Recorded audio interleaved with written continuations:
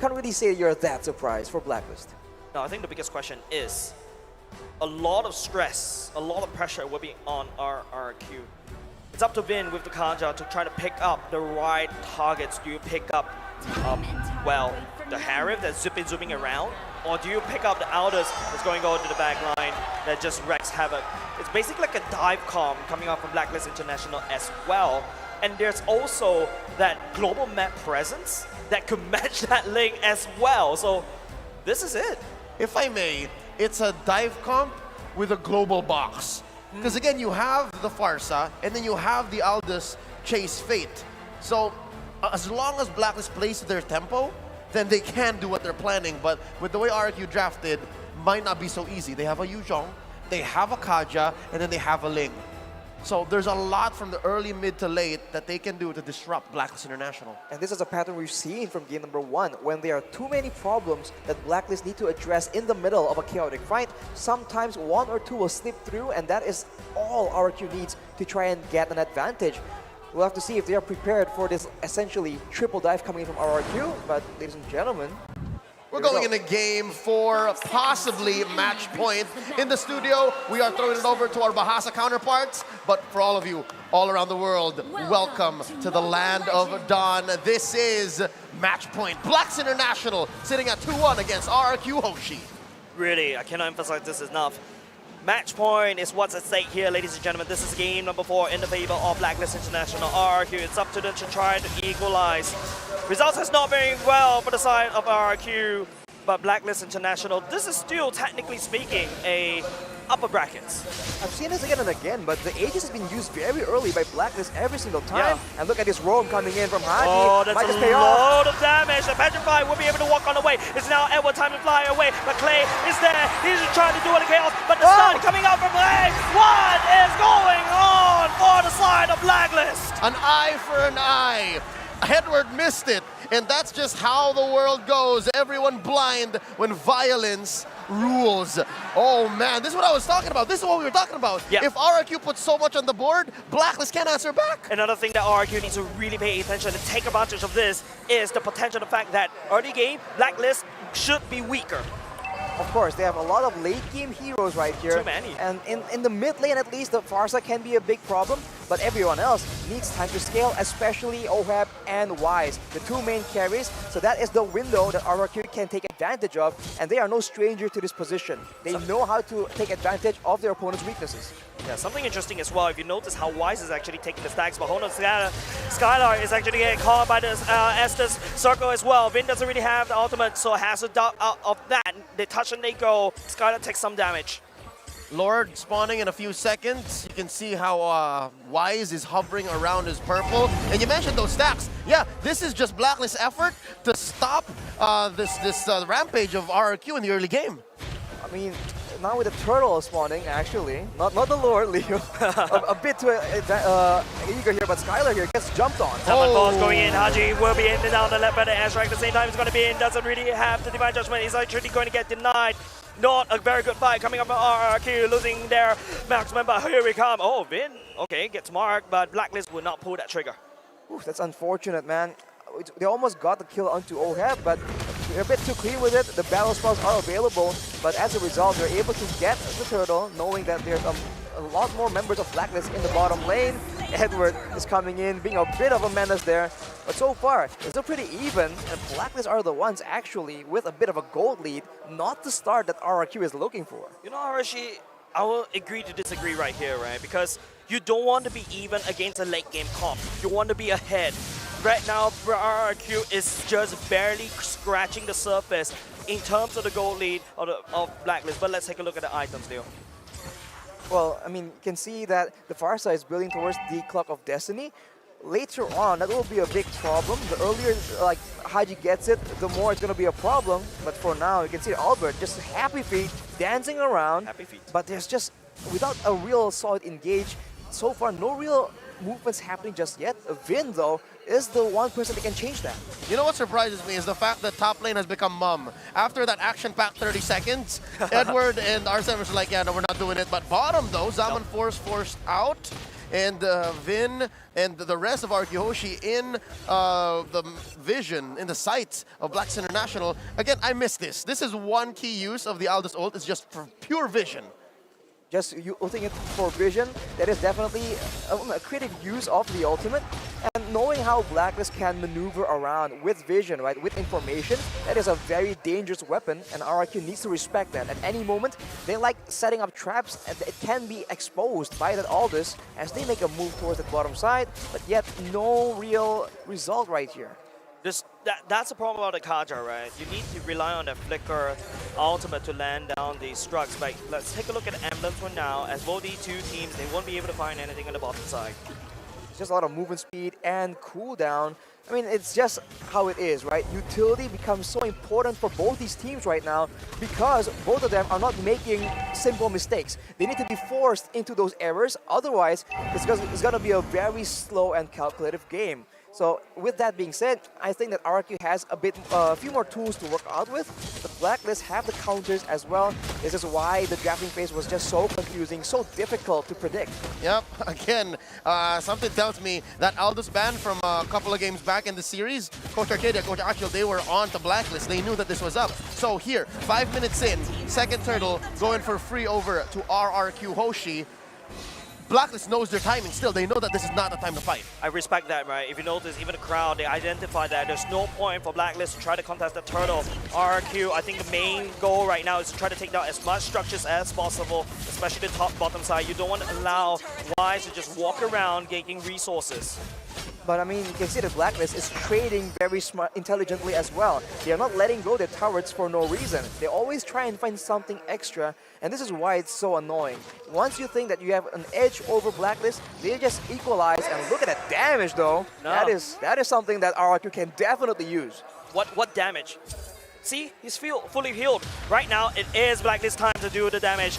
This is kind of crazy, but here comes Adav. It is going to be, oh my goodness, actually taken down. R7 will be trying to look for the pickup right here on the back line, but I don't think Blacklist is ready for the fight right now. And what is actually trying to buy some time. Oh, but picks up another kill. R7 will also do that soon. 3 member going down. This is not a fight that Blacklist International want to do. We just had to call it, right?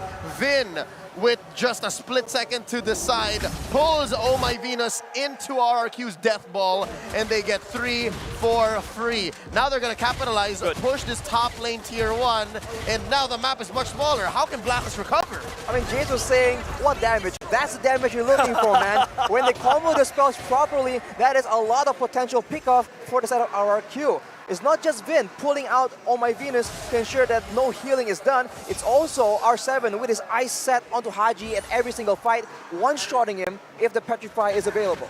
It's not so easy for Blacklist. Again, yes, they have the vision. Yes, they have the box, the space. But when you're fighting a lineup like RRQ has, again, that's a mid-Lunox. Real world manipulation. Sorry, not the real world. Feather airstrike going in. Nothing can be found for now. Skylar doesn't connect the random shot. I think right here, Blacklist International is just desperately buying for time. This gold lead still okay for RRQ, but I think they need to do more. They need to crack open mid lane. They're still leading right now, but they're also working against the clock. The late game is dangerous, but the early game. Edward getting suppressed, but he'll be able to get out alive right into the healing hands of Oh My Venus. That is the question I ask you, Arashi. What damage? Well, fortunately, Edward was able to survive in the situation, and now Blacklist are the ones actually trying to make a play, but they're sandwiched between RRQ. That might not be the best result. And not only just that, it's going to be Skylar getting tagged by the Elders as well. Hadji going in, the Zaman Force already commented at the same time. Lunos is forced to use the Brilliance, but now R7 is looking for the engage. Albert trying to look for the back line. It's going to be the Zaman Force, but Albert will be taking down the Queen for now. This is not a fight once again. Blacklist is not ready, and they will lose 2 members. This is a battle of combat mobility, right? There's map mobility, there's combat mobility. You saw how Wise had to walk through the walls. You saw that he was like, oh, Albert, that's not fair. You're on top of the walls. He just couldn't join the fight. And that's just one weakness that Blacklist has built in. And now, RRQ's going to choke off those resources. Personal. Yeah, this is tough. This is revenge from game 3. RRQ is saying that this is personal. Literally taking away the purple from Blacklist. Looking at the items right here, Blade of Despair and a Malefic Roar completed for Skylar. It's going to be a lot of damage. But looking at R7, he only has the Hunter Strike. That will be plenty to deal with any squishy member. And as you mentioned, Leo, if they can't kite away, if they can't find ways to survive from the Black Dragon, it's going to be a very tough backline play for Blacklist International. And look at the clapback, right? Look at the capitalization of RRQ. Straight up, going for that inhibitor. They popped the shield, Whoa. they left a little bit of bottom. Oh my Pinas! No way! Finn going in for the normal healing from the side of Blacklist. But it is going to be RRQ losing R7 for just that.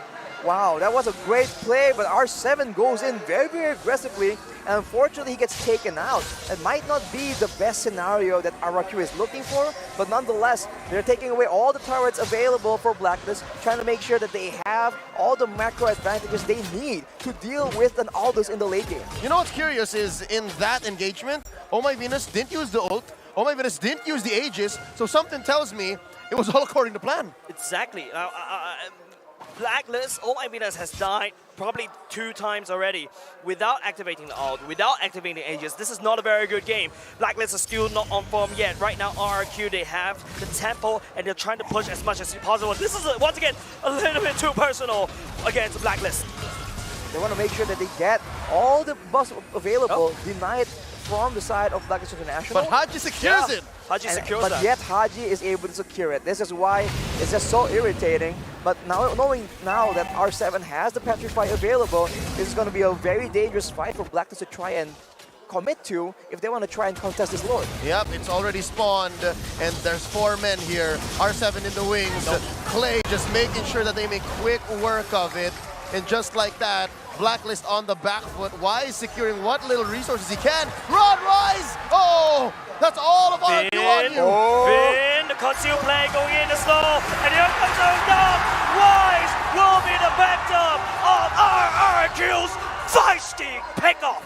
That is the potential, man. When you have the map control, you can ensure that even though Wise is near his turret, it does not even matter. Everyone else needs to deal with the other lanes, and that is how you can break up this team fight-centric composition from Blacklist International. That Take damage. a look at the items right here. Clock of Destiny and Lightning Truncheon done for both the Lunox and the Farsa.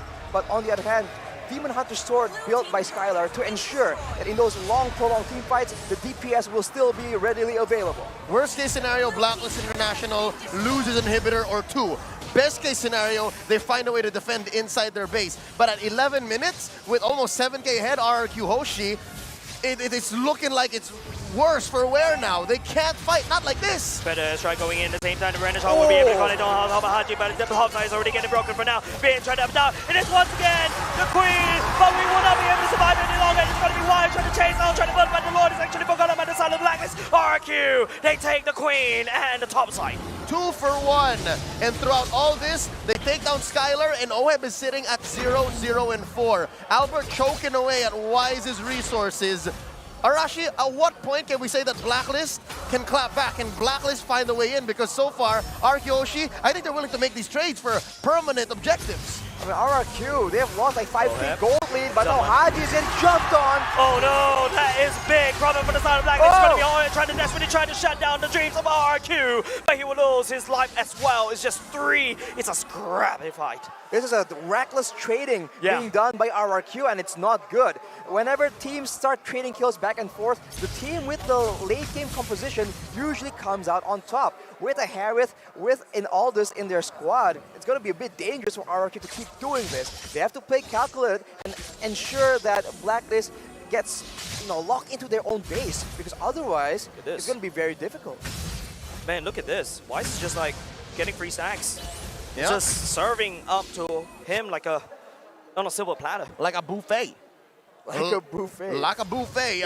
He's building a hybrid. This is the El Clasico Aldous Blacklist build. You have the Brute Force, you have the Thunderbelt. 1 Malefic Roar just for sure, just for safety. And then he's building an Athena's Shield. For RRQ HOSHI, I mean, again, they've grown so much from the draft from game 1 to 4 so far. Coverage, check. Protection, check. Aggression, check. And now, this is a Luminous Lord.